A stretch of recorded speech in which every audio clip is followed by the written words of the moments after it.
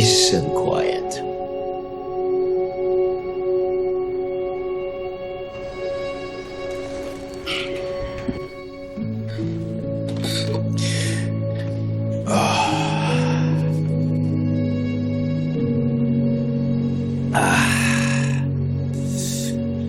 Walang sunog na pagkain. Breakfast is almost ready. Ito. Tocino! Walang sirang gripo. Walang bahang sahig.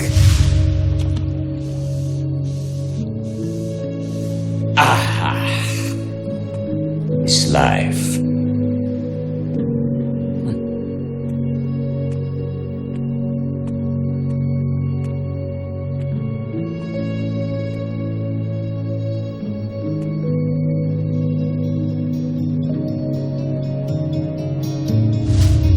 Ba't bukas to? Master, ikaw ba to nung bata ka? Ito ba tatay mo? Anong ginagawa mo dito? Sino ba sabi sa'yo pumasok ka dito? Sorry po, Master. Labas!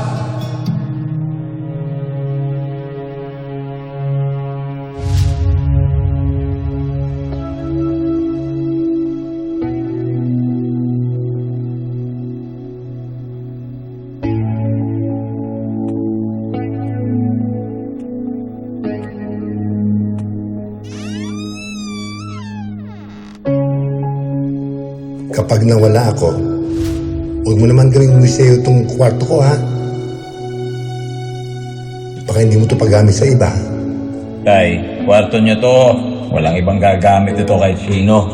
Ay, yan ang nga ba sinasabi ko, eh. Alam mo ba, kaluluwa na lang ako. Ha? Eh, hindi ko napapakinabangan to. Alam mo, pag nagkaanak ka, Anak? Wala mo na kong balak mag-asawa. ano? Gusto mo man tumandang binata? Ha? Hindi bagay sa'yo yan. Sayang ang pagkaganda ng lalaki natin. Isa pa, hindi mo ba ipagpapatuloy yung lahi natin? Ang gusto ko, may makasama ka sa buhay. Uy, meron naman. Nandiyan naman kayo. Nandiyan naman si Manang Sita. Oh. Si Sita may ibang pamilya. Pag nawala ako, pag-iisa ka.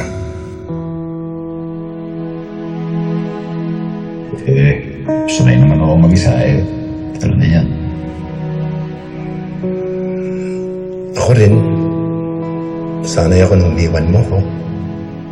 Pero hindi ibig sabihin na nag-enjoy ako.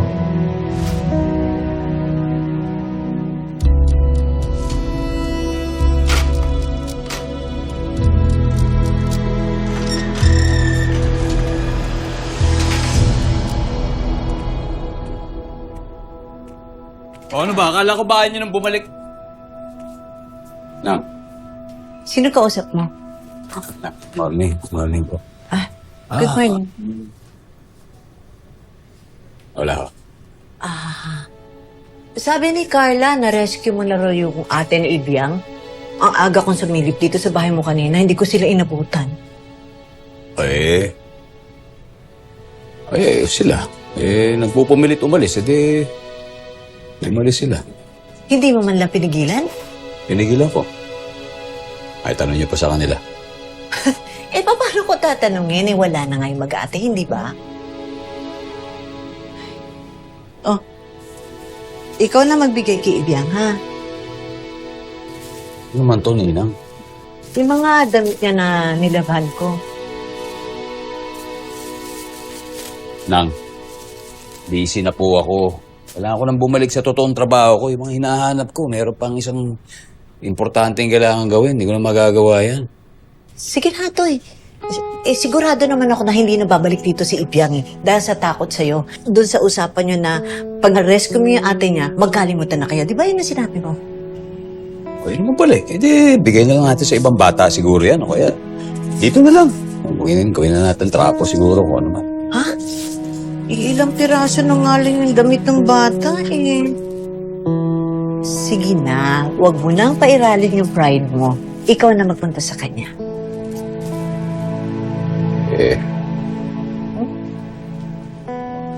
Eh, Salamat. yeah, busy talaga ako.